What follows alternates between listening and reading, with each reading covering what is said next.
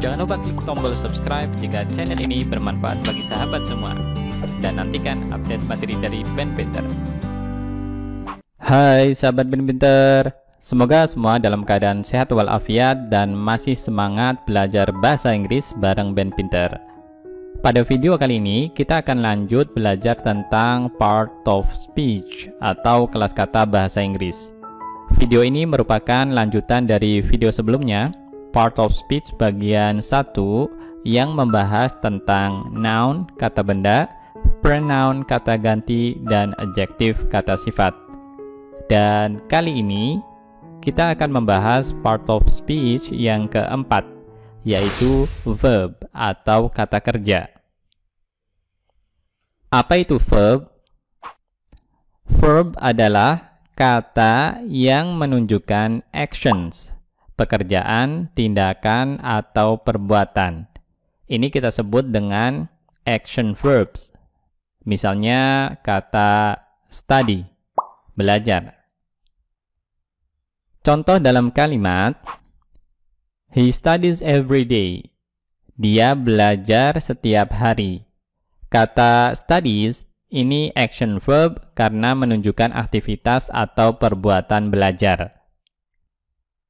Action verb ada kalanya tidak butuh objek atau intransitive, seperti dalam kalimat ini. Ada kalanya juga butuh objek atau punya objek, transitive, seperti dalam kalimat he studies English every day. Dia belajar bahasa Inggris setiap hari. Kata English di sini merupakan objek dari action verb studies. Perlu sahabat ingat, bila subjek melakukan pekerjaan seperti dalam kalimat ini, subjek he melakukan pekerjaan studies, maka verb yang digunakan bentuknya active, seperti studies di sini. Tapi bila subjek dikenai pekerjaan, seperti dalam kalimat English is studied every day, maka verb yang digunakan di sini bentuknya passive, yang ciri utamanya adalah to be dan verb 3 atau verb 3. Di sini is studied, dipelajari. Untuk perubahan dari kalimat aktif ke kalimat passive, sahabat bisa cek video Ben Pinter tentang passive voice. Link bisa dilihat di deskripsi video ini.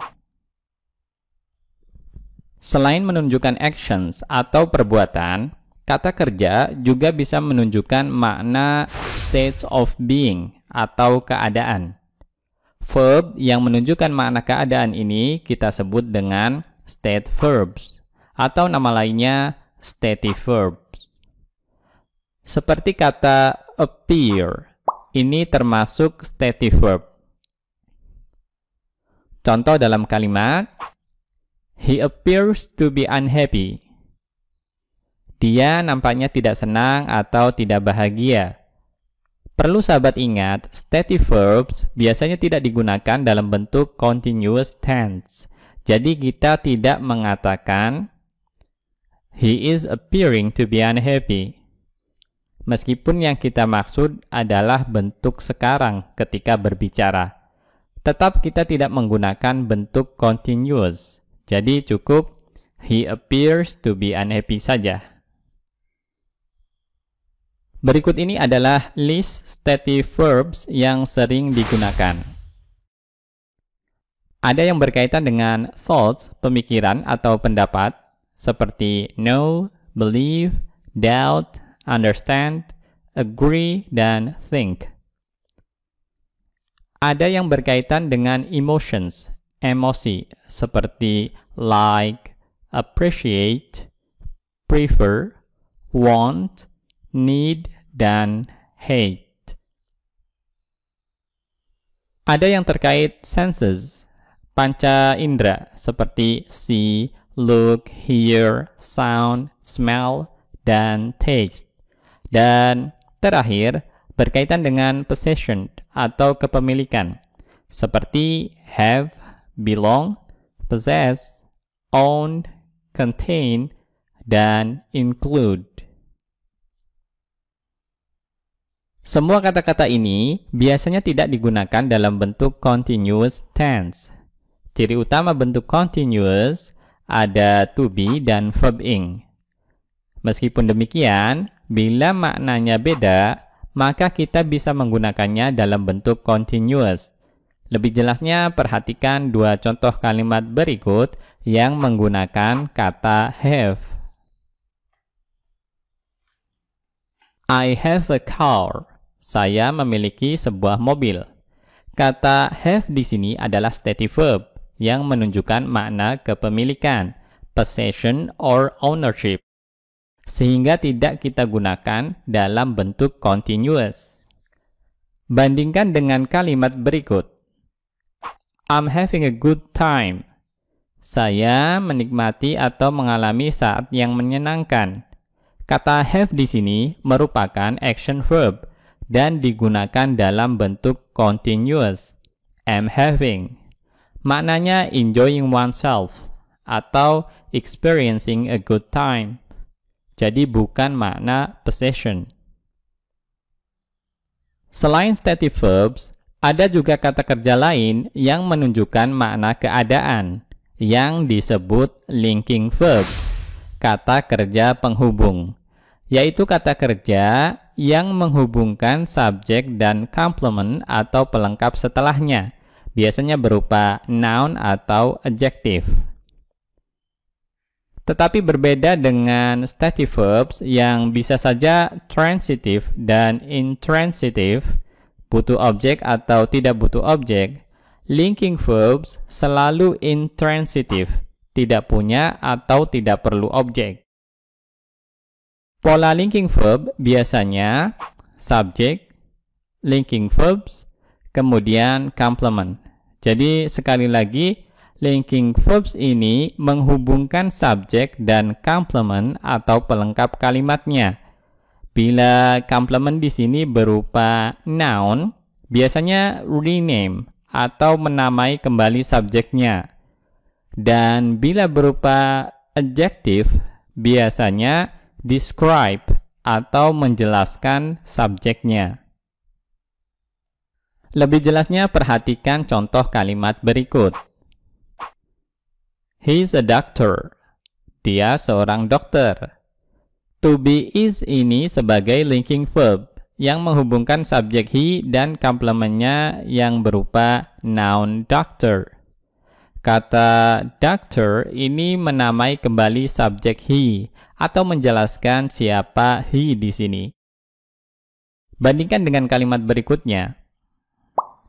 He feels happy. Dia merasa senang atau bahagia. Kata feels di sini juga sebagai linking verb yang menghubungkan subjek he dan komplementnya yang berupa adjective happy. Kata happy ini menjelaskan kondisi subjek he yang merasa bahagia. Perlu sahabat ingat, noun di sini bisa dijelaskan oleh kata lain, biasanya berupa adjective. Misalnya, he is a qualified doctor. Dia dokter yang berkualifikasi. Adjective qualified di sini memperjelas noun doctor. Adjective happy pada contoh kalimat kedua juga bisa dijelaskan oleh kata lain. Biasanya berupa adverb, kata keterangan. Misalnya, he feels extremely happy. Dia merasa sangat senang. Adverb extremely di sini menjelaskan adjective happy. Berikut ini adalah list linking verbs yang sering digunakan. Ada be, am, is, are, was, were, dan been. Kadang diterjemahkan dengan adalah, merupakan, atau kadang juga tidak diterjemahkan. Seem dan appear artinya nampaknya.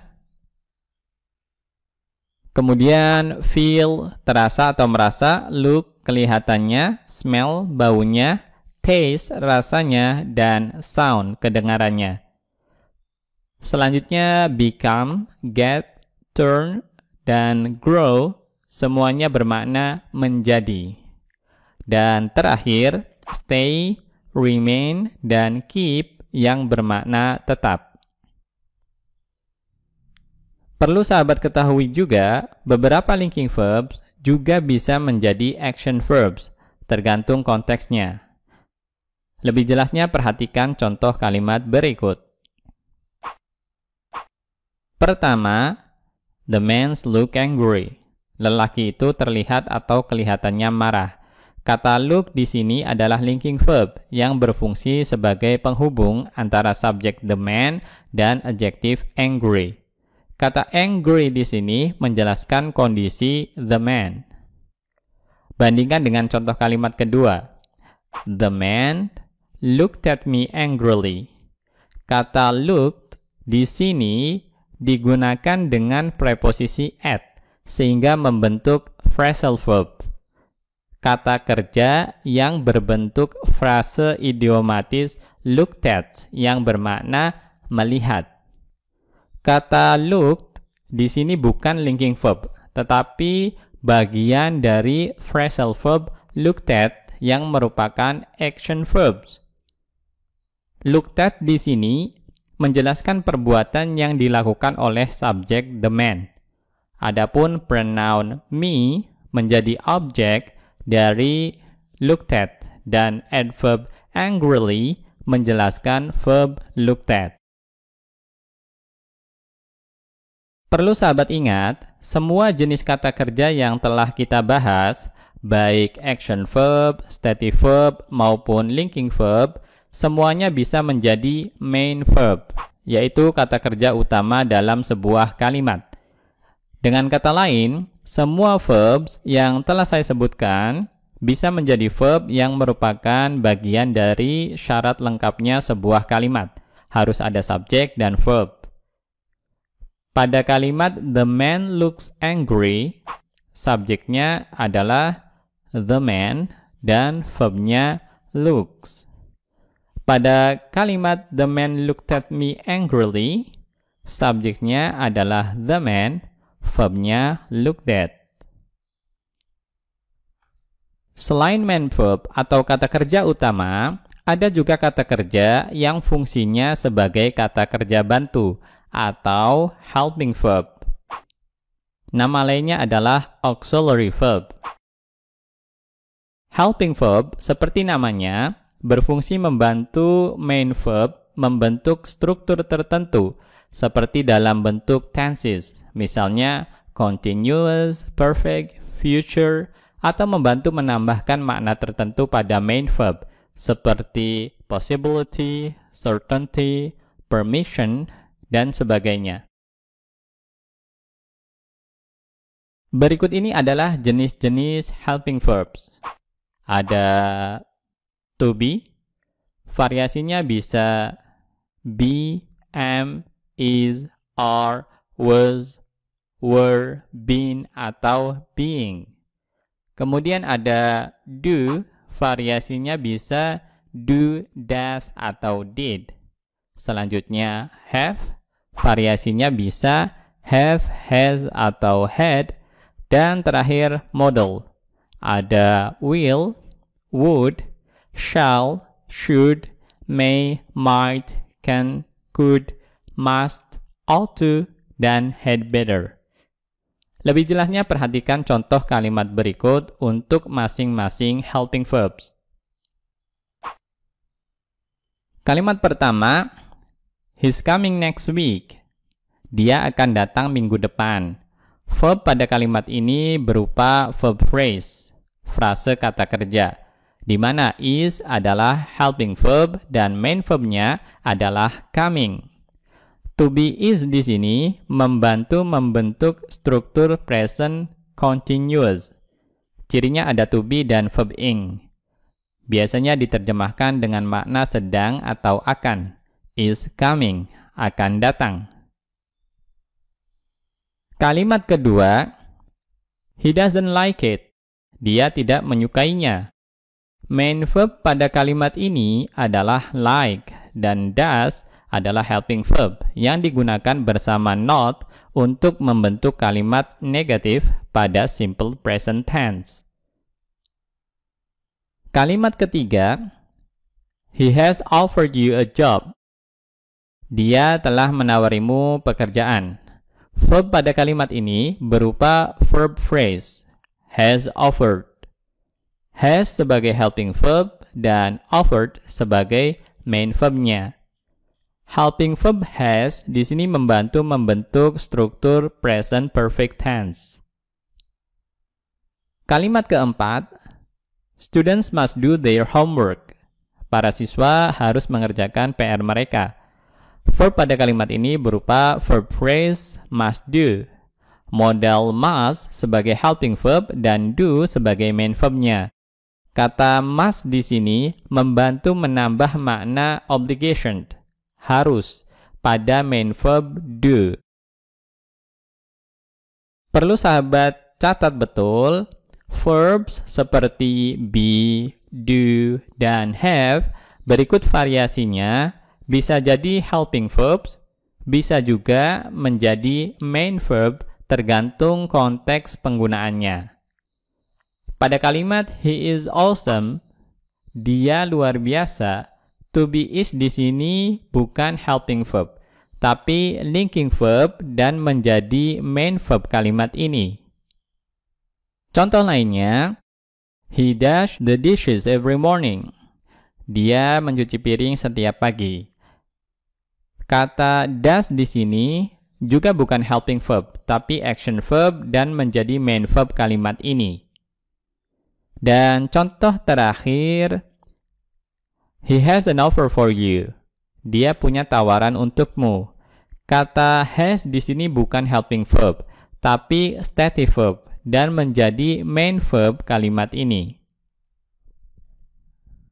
Perlu sahabat ketahui juga, baik main verbs maupun helping verbs selain modal punya 6 bentuk perubahan. Pertama, base verb, disebut juga bare infinitive. Kedua, verb 1 atau verb 1, disebut juga infinitive atau simple form. Bedanya dengan base verb, kalau verb 1 menerima akhiran s atau is bila subjeknya kelompok he, she, it, singular noun atau uncountable noun. Sementara base verb tetap tanpa akhiran apapun, tidak terpengaruh subjek. Ketiga, verb 2 atau verb 2 disebut juga simple past. Keempat, verb 3 atau verb 3 disebut juga past participle. Kelima, verb ing disebut juga present participle. Verb ing dibentuk dari base verb plus ing. Dan keenam, to infinitive yang dibentuk dari to plus base verb. Contoh, misalnya base verb be, have, do, dan offer. Be jadi am, is, atau are tergantung subjeknya untuk verb 1. Verb 2-nya am dan is jadi was, sementara are jadi were.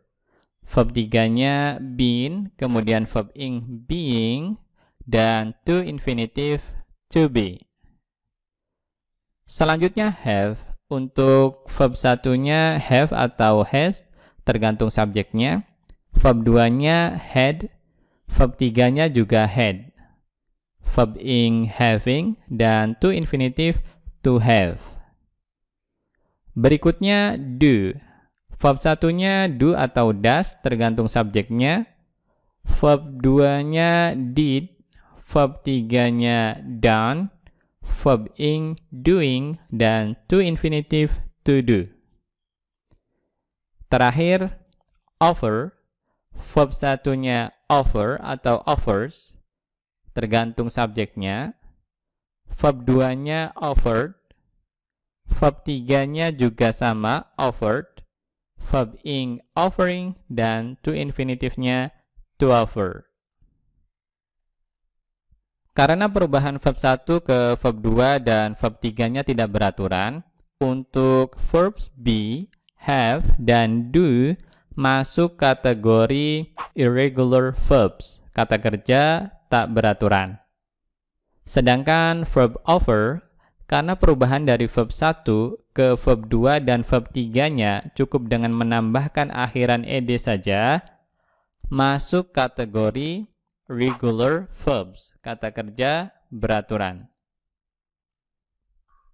Sekarang, bagaimana cara sahabat bisa mengetahui apakah suatu kata termasuk verb atau bukan? Di antara caranya antara lain, pertama, cek di kamus.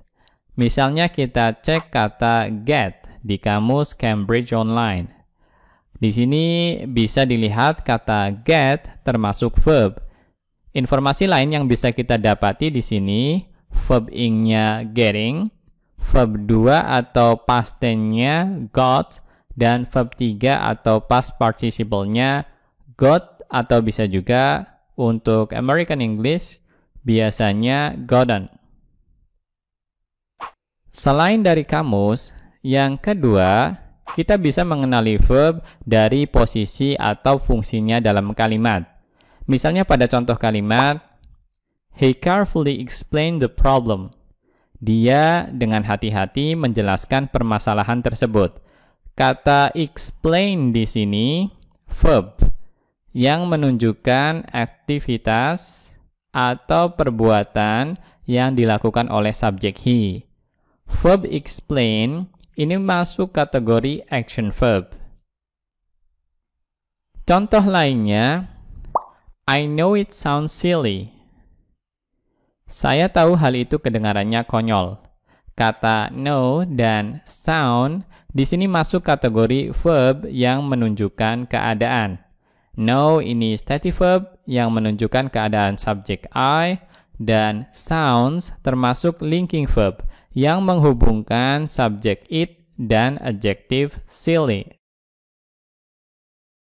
Dan ketiga, kita bisa mengidentifikasi verb dari akhiran katanya atau suffixes.